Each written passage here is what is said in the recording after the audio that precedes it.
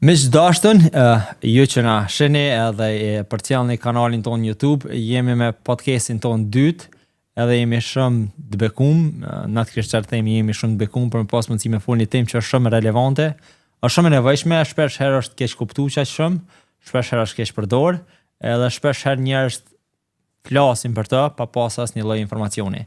Kemë fol për Biblën. Çka është Bibla? Kur është në Bibla? Çfarë mesazhi ka Bibla?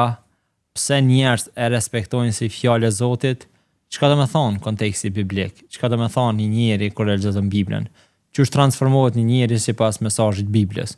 Mendoj që janë sene shumë të rëndësishme edhe janë informacione që na japin dritë në zemër, na japin dritë në mendje edhe na japin informacion për të ardhmen tonë. Na kemi quajt këtë podcast fjalë për ty. E shpresoj që këto fjalë që kemi folë sot kanë me kanë fjalë për ty. Fjalë që kanë me të jap zemër, fjalë që kanë me të jap zbulesë, edhe fjalë që mund me të ndërtu në një aspekt jetës sone. Kështu që sot prap e kam mikun tam Nathan që kemi diskutu bashkë edhe fakt ky më shumë ku më fol, e unë ku më bë pyetje, e të njëjtën kohë ku më inkuadru kanë herë. Po Nathan shumë faleminderit prap që ke ardhur edhe je ka ndonë këtë kohë për më pas mundësi për dëgjues ton, shikues ton me jap informacionet nevojshme në temën që kemi trajtuar bashkë që ka të bëjë me Biblën. Faleminderit juve që më keni ftuar prap. Nathan, fillimisht, për një person që asnjëherë s'e ka lexuar Biblën, s'kan dëgjuar për Biblën, ose kanë dëgjuar por kur s'e ka lexuar. Me fjalë të shkurta, çka kishe më thonë, çka është Bibla? Po, kisha thonë që Biblia është normal se ne besojmë si të krishterë besojmë që është fjala e Zotit, por Biblia nuk është vetëm një libër. Në fakt është më shumë se sa vetëm një libër. Biblia përmban shumë libra në të. Edhe ka shumë stila të ndryshme letërsisë, poezi, këshill për jetë, profeci. Kështu që është në fakt mundesh me thonë që është një librari e vogël që mundesh me majtë në dorë. Dhe është shumë e veçantë sepse edhe pse ka shumë libra në të, ajo tregon një histori të vetme. Prej librës së parë deri të fundit e ka vetëm një qëllim ndërmend me na tregu. Edhe ajo është për Mesin, për Jezusin. Shumë interesant. Po thuaj që Biblia është një librari e librave që kanë një mesazh të njëjtë prej fillimit deri në fund, edhe ka shumë mësime ndryshme me tema ndryshme. Unë kam dëgjuar që ka edhe shumë libra historik. Edhe në fakt historia e njerëzimit matet me shumë histori që janë shënuar në Bibël. Po. Është fakt janë shumë një gjë interesante është që sipas këndvështrimit e arkeologjisë nuk ka ndodhur ndaj zbulim që ka kundërshtuar Biblën asnjëherë.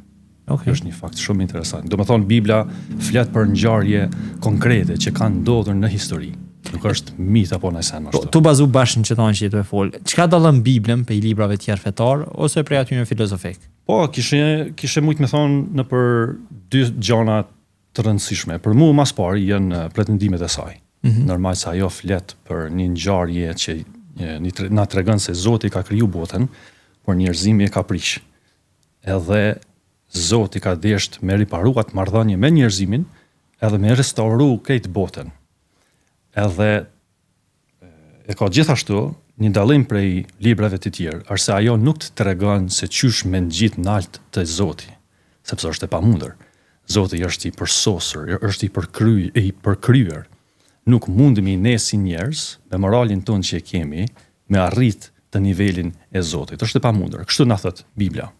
Por lajmi i mirë i Biblës është që Zoti vet erdhi në formë të njeriut, në personin e Jezus Krishtit, me na shpëtu vet. Ai na deshi aq shumë se sa erdhi vet me na shpëtu. Jo me na lën ku jemi në gjendje të prisht, por ai vet ka desht me ardh, me riparuat marrëdhënie. Po. Të më thonë sipas asaj që po thu ti, Bibla është libër që në një farë forme t'jap jetë, në një farë forme të njëjtën kohë ndryshon, të sfidon, ta jap një qasje të re për jetën, për të ardhmen, për shpëtimin, dhe në krejt këtë farë historie biblike po tregohet që është mesazhi kryesor që është mëkati, po ashtu është jeta e përjetshme që gjendet përmes Jezus Krishtit. Shumë e veçantë që në fakt librat e tjerë sa kam lexuar, nuk është që kanë një qasje të tillë. Bibla është i vetmi libër që thotë nuk mundesh me kërkuar te Zoti. Është e veçantë. Zoti ka ardhur në tokë. Billy Graham ka thonë kur ka shkuar për herë të parë Nasan Han, dhe presidenti asaj kohe Amerikës ka thonë ngjarja më e madhe në historinë e njerëzimit ka ndodhur, njeri ka arrit me shku në Han. Dhe pastaj Billy Graham ka dalë publikisht ka thonë zoti president, ajo që ke thonë shumë e mirë, po i gabim, ngjarja më e madhe në historinë e njerëzimit ka ndodhur kur Zoti ka lënë pronën e lavdisë ka në tokë jetu bashkë me neve. Më duket që kjo është mesazhi kryesor i Biblës. Me kallëzuar që Zoti ka ardhur ka jetu bashkë me neve dhe ka jep një rrugë të re, një çështje të re për shpëtim. Shumë interesant, shumë e fuqishme. Unë e kam dëgjuar, besoj që te ke dëgjuar. Po. E sidomos kontekstin ton, është temë që trajtohet shumë, edhe folet, edhe rrehet shumë për secilit individ. Edhe thuhet që Bibla është ndryshuar, dora e njerit ka ndërhyr, edhe nuk ka autoritet edhe fuqinë e saj. Çka ka ndodhur? Po. Kur ndryshu? Po që është një pyetje mirë, mi pyet aty që e bojnë këtë pohim, se është për mua është një pohim e gabuar, është faktikisht e gabuar. Kështu mundja me thonë, nëse shikon këtë çështje, pe këndvështrimet e historisë, ne kemi dorëshkrime që ekzistojnë konkretisht. Mundesh me hulim tu, me hi në internet mi gjez, mundesh edhe fizikisht me shku, po e ki pak ma problem me shku të ato librarie sene. Por, e kemi qasje të ato manuskripte apo dorëshkrime që ekzistojnë, realisht. Dhe janë disa që quhen Dead Sea Scrolls, ose rrotullat e detit të vdekur, ose manuskriptet e Qumranit. Edhe ato manuskripte janë të dhjatës e vjetër, që kanë ekzistu para kohës së Jezusit. Janë zbuluar në vitin 1947, mos gabofsha, por janë gjetë ato shumë krejt librat e dhjatës e vjetër, edhe disa letra tjere, por me rëndësi që ka qenë dhjata e vjetër krejt ato, edhe kanë zbulu që ajo përputhet pikërisht, saksisht, me ato që i kemi sot që i përdorëm, ato tekste që i përdorëm. Po thuaj se fjalë për fjalë. Sidomos, është një libër të Biblës që quhet, është i profetit Isais, quhet Isaia, edhe ajo përngjan 100% thuajse me ato që kemi sot. Janë disa nashta do gabime shumë të vogla në drejt shkrim, por nuk e prek kuptimin e Biblës as pak. Edhe një ateist për shembull, edhe kam qef zakonisht e përsëriti këtë me njerëz që bisedojnë me mua për këtë çështje. I them, "Okej, ti nuk ke nevojë me besu mua." Edhe faktikisht i këshilloj të gjithëve mos me ma marr fjalën tem si të mirë qenë. Por shko hulumtoje vetë për veti. Por zakonisht kanë qef me përmend këtë studiusin Bart Ehrman. Ai është një skeptik edhe ai flet shpesh kundër krishterimin. Por, megjithatë, ai e pranon vetë sipas fjalëve të tij në për intervistë, gjithashtu në webfaqen e tij, Bart Ehrman blog post më duket e ka, ai vetë e pranon, edhe pse ka disa gabime prej, domethënë, transmetimit të vogla drejt shkrimit sene, por asnjë nga atyre nuk e prek as edhe një doktrinë të krishterizmit. Domethënë, kjo është një pikë e kot që njerëzit e thojnë, por është edhe e gabuar.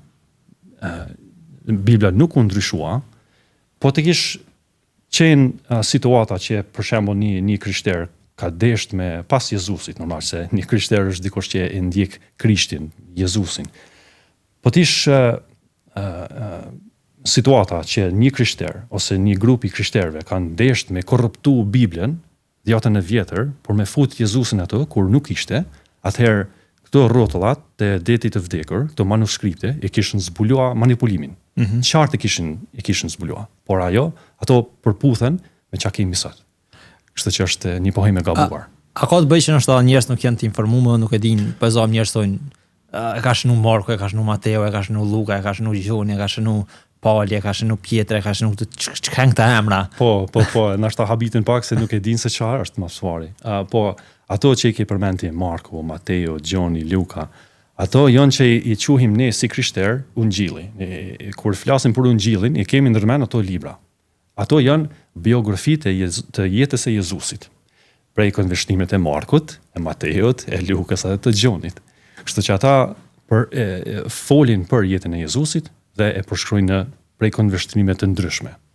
Por kanë të bëhen për jetën e Jezusit. Po. Sipas asaj që përcek, unë e di, po besoj që për njerëz që nuk e dinë, në Bibël ka shumë libra. Po. Po çka i lidh të këto libra? Çka i mban krejt? Dhe normal Bibla ndahet në dy pjesë, dhjata e re dhe dhjata e vjetër. Po. Po cila është lidhja e këtyre librave? Çka do të thonë? Çu lidhen këto dy libra bashkë, këto dy dhjata, dhe çka lidhet këto libra që janë brenda kësaj biblioteke me njëra tjetrën? Po, ndoshta na animon me pa Biblën kështu. Është sikur një dramë. Mund të mendu që është një dramë me dy akte, me dy pjesë. Pjesa e parë që the dhjata e vjetër, e ndërton skenën për pse jemi mëkatar. Qysh e krijoi Zoti botën në një mënyrë të mirë dhe si e prishin njerëzimi, dhe ajo gjithashtu profetizon për një mesi që do të vijë. Një mesi do të thotë dikush i vajosur për shërbim të Zotit, por veçanërisht Mesia që vjen me riparu marrëdhënien, me na shpëtu, është dikush e ka ndërmend një person i veçantë që do të vijë me shpëtu botën. Dhe pjesa e dytë e asaj drame është dhjata e re që flet për jetën e Jezusit dhe na jep gjithashtu këshill për jetë, po gjithashtu edhe ka edhe letra të tjerë në atë pjesë që na tregojnë më shumë për doktrinë dhe për teologji. Mo shkurtimisht, çka e lidhin krejt këto sene, unë besoj që është fryma e shenjtë. Fryma e Zotit, pra, që e ka frymzuar secilin person që ka shkruar një libër, e ka pas një qëllim në mend për me na tregu për Jezusin. Dhe prej fillimit deri në fund, mundesh me gjetë Jezusin në çdo libër të Biblës. Wow. Cili është mesazhi qendror i Biblës, edhe pse është i rëndësishëm e ditë edhe sot këtë mesazh? Shkurtimisht mund të thonë që lajmi i mirë është qëllimi i Biblës, e mesazhi i Biblës. Lajmi i mirë ose ungjilli, se ungjilli bukfalisht do të thotë lajmi i mirë, nëse e përkthejmë në shqip, është lajmi i mirë që Jezusi erdhi në këtë botë me na shpëtu. Zoti ka pa që jemi të prishur, por ai nuk na ka lënë atë. Ka dashur me ardh pse na deshi aq shumë. Ka dashur me reparu atë marrëdhënie që të kemi jetën e amshuar bashkë me të. Sipas krejt muhabetit, edhe fjalës që i thu, po del që Jezusi është figura qendrore në Bibël. Çka ka qenë roli i Jezusit në Bibël, edhe pse ka rëndësi me njoft këtë rol edhe në jetën tonë përditshme sot? Po, roli i Jezusit në Bibël, ai vetë thot, sipas krejt ngjive që i kemi përmend, Mateu, Marku, Luka dhe Gjoni, ai flet për veten si biri i Zotit dhe biri i njerëzit. Por me ditë që çka nënkupton kjo, duhesh me ditë për disa libra të tjerë të dhjatës së vjetër, po shkurtimisht mund të më thonë që dhjata e vjetër profetizon për këtë figurë që do të vijë, këtë Mesi, që do të vijë me shpëtu jo vetëm popullin e Izraelit, por e mbar botën. Edhe Jezusi erdhi me një qëllim, me përmbush profecitë që kanë ekzistuar në dhjatën e vjetër. Edhe ai kreti ka përmbush për vetëm ato që do të përmbushin kur ai kthehet përsëri me gjyku botën.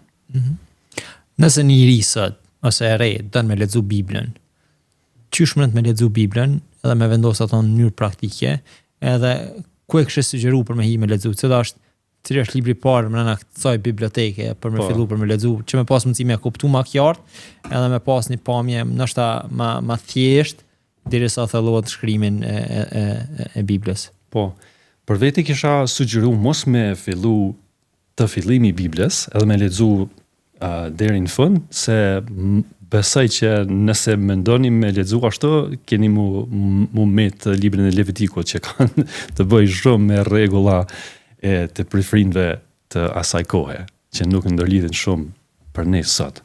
Por, kisha sugjeru që dikush të lexoj njëri prej ungjive të dhjatës së re.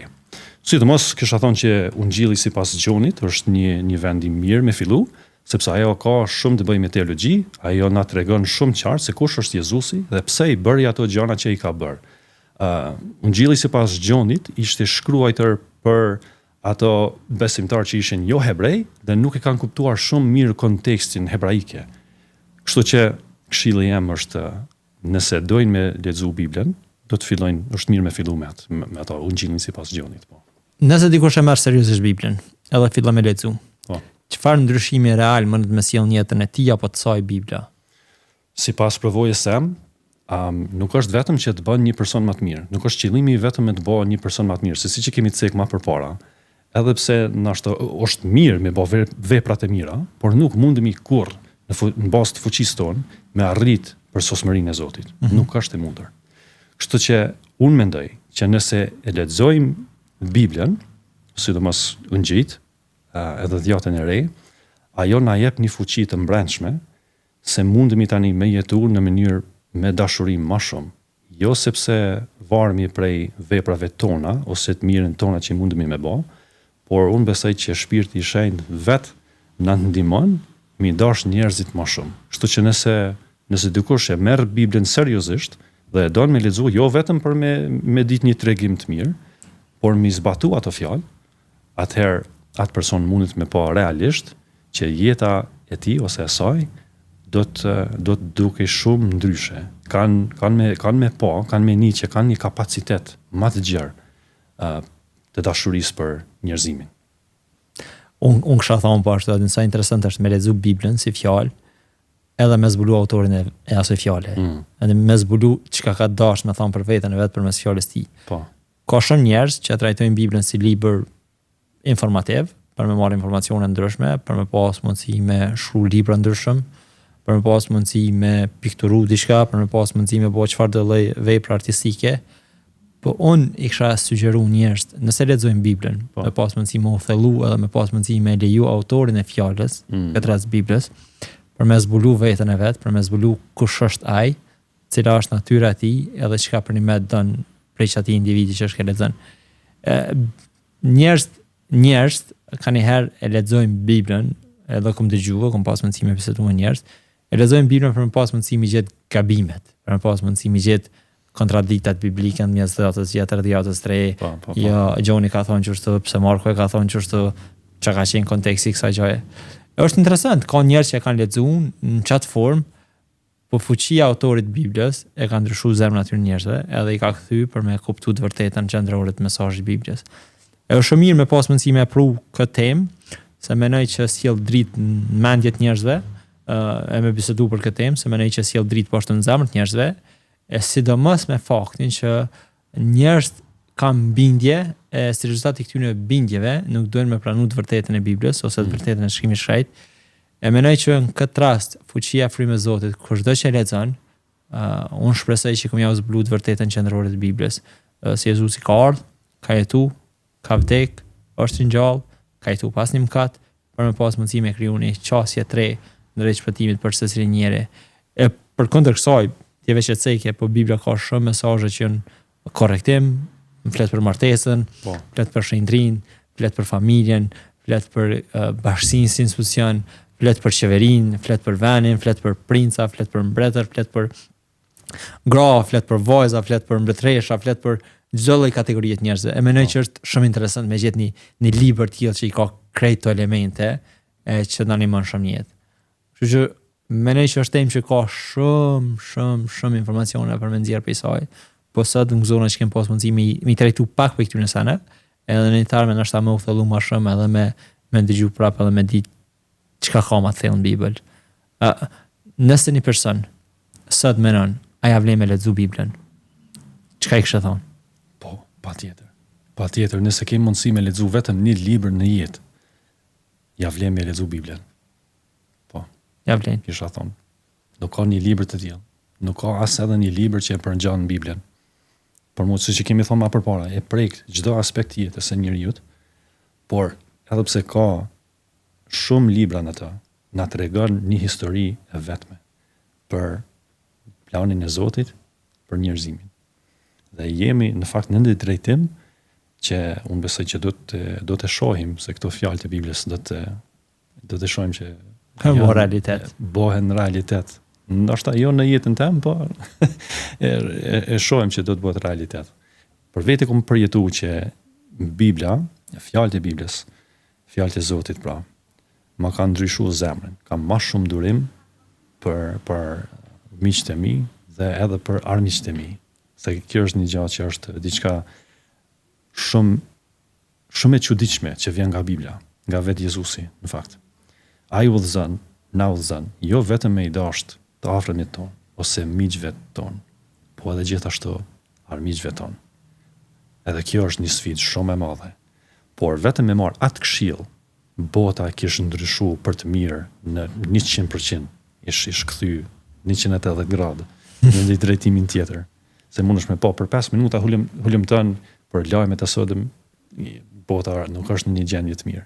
Bota është kaos. Ka nevojë për dashurinë e Zotit. Patjetër. Shumë faleminderit Nathan. Shumë faleminderit juve që më keni ftuar. Faleminderit. Miqdashtën, na kemi vazhdu me podcastin e radhës, shumë shpejt, edhe jemi shumë sarë që më në mesjell tema që jo shpesh herë trajtojmë për njerëzve, ose nështë ta trajtojmë për çështje të tjera, por ne im ka i trajtojmë për pas mundësi me sjell një fjalë për ty, një fjalë që është veç për ty, edhe zbulon diçka të re në zemrën tonë dhe mendjen tonë. Na thojmë Zoti ju bekoft, paqë javë të mirë, edhe bekimet e Zotit qofshin mbi jetën e juaj.